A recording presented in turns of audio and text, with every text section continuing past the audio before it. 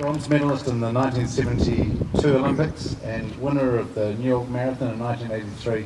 And just before I ask you to stand up, Rod, I've made an omission. I wanted to acknowledge Councillor Baker Hogan for all the effort and work she's put into this event. Another Olympian. It's wonderful to have somebody of such history and passion. Thank you. Kia ora. Tēnā koe Sir Peter. Very, very emotional, and I'll try and keep it under 4 minutes for you. Even although I ran a marathon in 2 hours, I don't think you've got enough time to hear me out. But certainly it's very, very special to come back here and to be with you all and to share this moment. I had worked with Peter for the last 5 years with the Lydia Foundation alongside Lorraine Moller, a great women's Olympian, and we had shared an incredible passion for helping young people to start the program of health and wellness that starts at kindergarten, and that will continue. And I must say that it's fabulous to see that the New Zealand Athletics have reinstated the mile. And so the mile, the final mile, the challenge mile, the daily mile can now be introduced to every school in this country where kids go out and do their daily run. It should be compulsory. It should be a natural thing for kids to just get out and go and play. They're born to move, so let's get them moving. I've been communicating with Mickey Snell, sending her all the various newspaper and media coverage, and she enjoys every minute of it and respects and thanks you all. And I will, if I may, just do a quick read.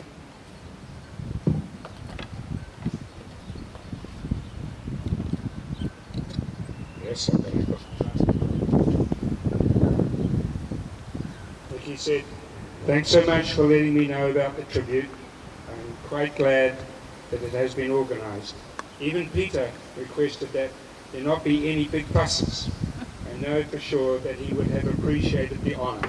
Oops, sorry. Please give my thanks to those who are involved in the planning. Thank you for going there to be a big part in it. I'm so happy that the people of New Zealand can have this event to celebrate my beloved Peter. Thank you."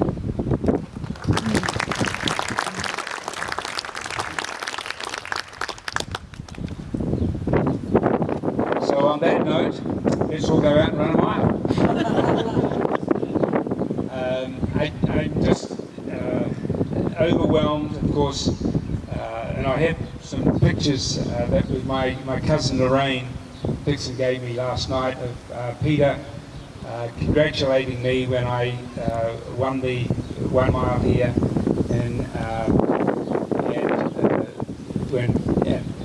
Mickey said, "Boy, you guys both had enormous sideboards." We had sideboards right down to our cheek, and that was the first thing that she noticed. But it was Peter at that time, and I do remember when he ran in Nelson in the 4x1 mile against the Oregon team, and I think I had to mow lawns for 2 weeks to get the 3 and 6 to go and buy a ticket to watch them run. And then about 5 of us stood outside the Hotel Nelson for 2.5 hours waiting for them to come out to get their autograph. And I reminded Peter that when I first met him in 1970, and then in 1972 to go on to the Olympics and to break his New Zealand record was overwhelming. And the very first person to call me when I go back to New Zealand was Peter. And that respect and that love of his has been with me forever. And in fact, when I still was having dinners with him last year, and he would say, "Why do you keep looking at me?" And I said, "You are my hero, and I'm allowed to do that." So thank you so much, Wagadu District Council and everybody involved, and having me here to represent my generation that was so empowered and inspired by Sir Peter Snell. Thank you.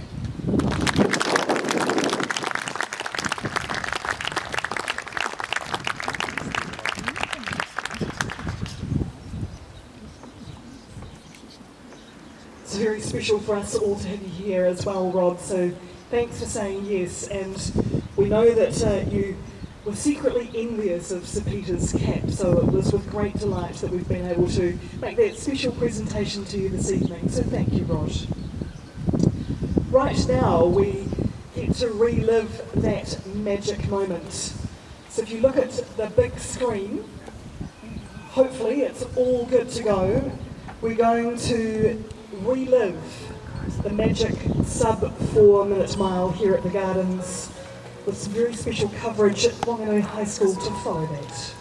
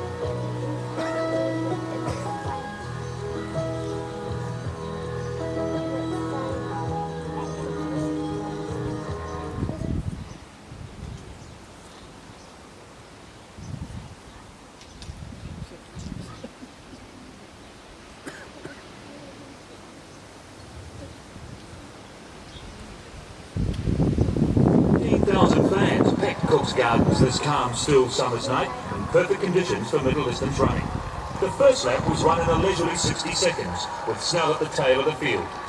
Into the straight with over a lap gone and approximately 60 seconds for the first lap. It is Cotter from Halberg and Snell, the small figure of Colour in behind them. In Indian style now they come As down. the pace quickened, Snell moved effortlessly through the field and assumed the lead, only to be surprised by the Englishman Bruce Tulloy.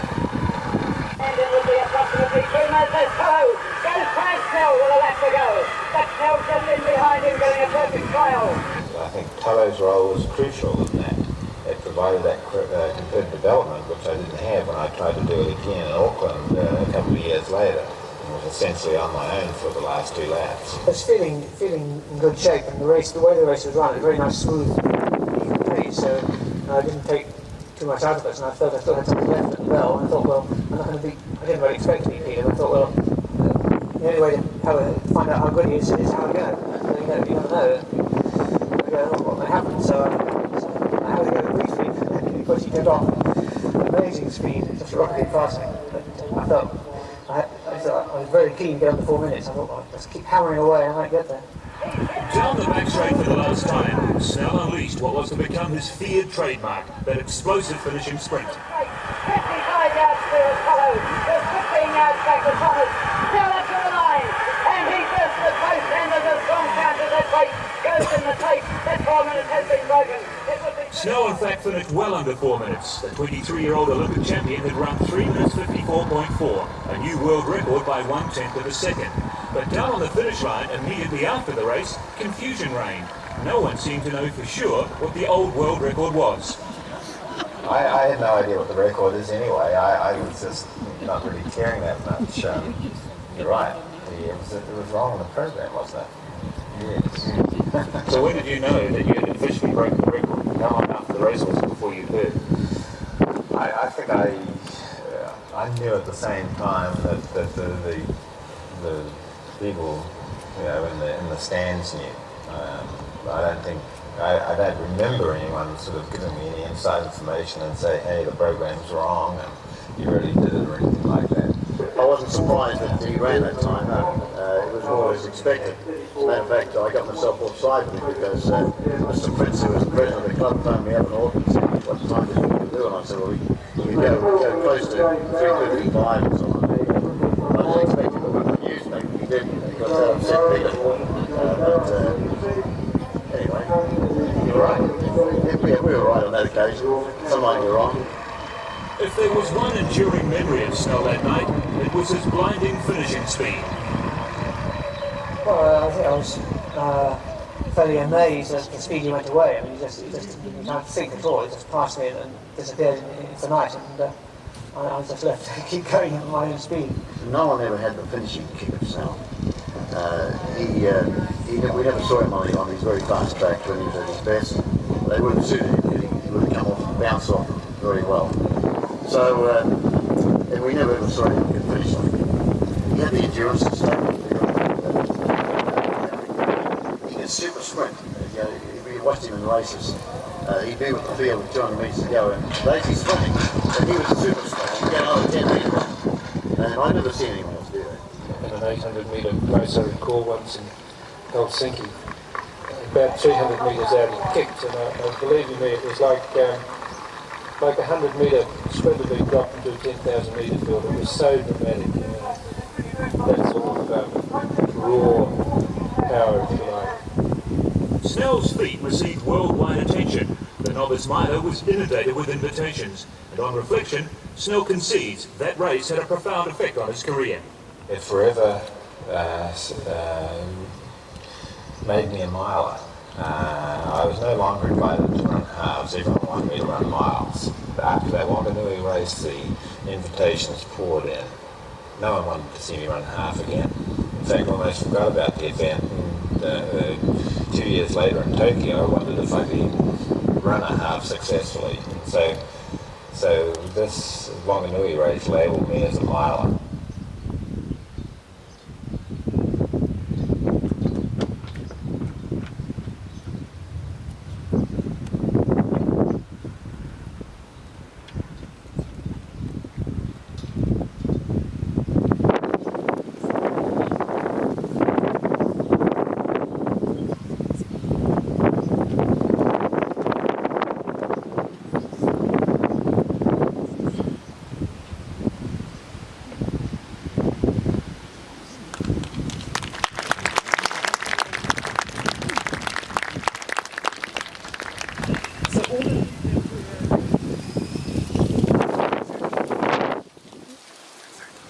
Microphone going again.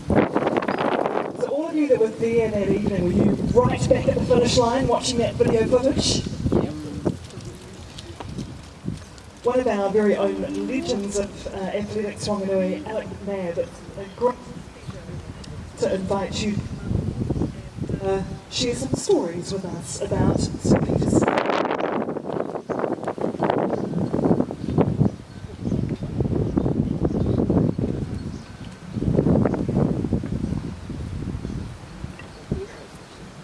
Good evening.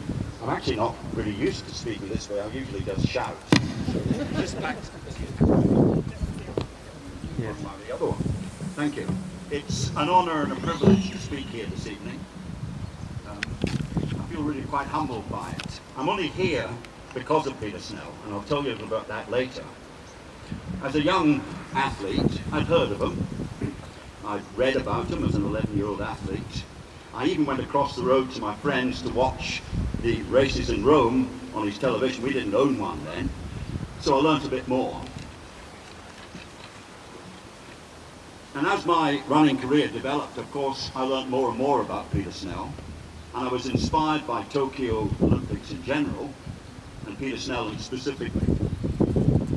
It was athletics that took me to Loughborough colleges. I had intended to go to the Merchant Navy, but at about 17 I realised you can't do a hell of a lot of running on a ship, and I wanted to continue running, so I decided to go to Loughborough. As I changed my career and thought about teaching.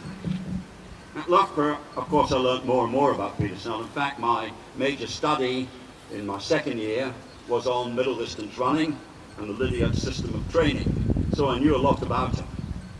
It came as a real thrill when Peter joined us at Loughborough. I went to Loughborough for athletics. Peter came to Loughborough because of athletics and a thirst for more knowledge. It seems a little bizarre today to think that he was actually sponsored by Rothmans to be there, but that was the way it was. He joined our groups for a lot of seminars. We were, of course, privileged. We were actually quite shamed by him because as students are, you leave assignments till late. You're up pretty late finishing things. He was always ahead of us, and he was only there for experience. He had no qualifications to seek. He was just taken in by the whole academic feeling of the place. And he says that in his books later, how people like Clive Bond, who was one of my lecturers, inspired them to go into the academic world. And of course, that is where he ended up, going to university in the USA, becoming a professor of exercise physiology. And that was all started at Loughborough, just as my passion for the sport and probably teaching started there as well. It really was a thrill for him to join our senior groups, because there we had a sort of legend with us. We were actually lectured by Robbie Brightlaw, who was 64 and finished fourth. Well, he was my coach. He was pretty upset about his fourth place, and there's all great athletes. He had a chance to run in a relay and picked up a silver medal. He actually married Ann Packer, who won the 800 metres, and we used to say to him, your children are sure to be good at athletics. And he says, they won't do athletics, as Robbie Brightlaw said, they'll go into something where there's money. His son ended up playing for Manchester City. We only saw him run once at Loughborough. He played hockey for the Leicestershire second team, because he was a pretty accomplished all-round sportsman. He did run once though, and that was as a guest lap before the 3As versus Loughborough colleges. And it was, for someone who wasn't in training, he went round the 400 metres in under 50 seconds, and it looked effortless. It was particularly inspiring for young athletes like myself. I was very surprised at Loughborough when suddenly I got a message that Peter Snell wanted to see me and invited me to dinner. We only talked in lectures, but I was invited to dinner because Peter Snell had presented the prizes at Wanganui Collegiate Prize Giving. And Tom Wells, the headmaster, says, if you're going to Loughborough, see if you can find a young man who can come and do PE and set up athletics at Wanganui Collegiate. Well, I was that person, so he changed my life, just as Loughborough changed his life in the way he went into the academic world. He was an inspiration as a runner to me, and he was also, I was inspired by his desire to go and do something different and how well he's done it. I met him a couple of times in New Zealand, but I didn't meet him again until the day that statue was unveiled. His comment to me was, Alec, you're not quite as well toned and trimmed as I remember you. He was the opposite. He looked supremely fit. And of course, exercise physiology and encouraging people to run became part of his life there. So it's an absolute honour to be able to announce the Sir Peter Snell International Meeting, with the mile being reinstated as a national event. The last one was held in 1969. The late Dick Quacks won the senior championship. Our guest of honour,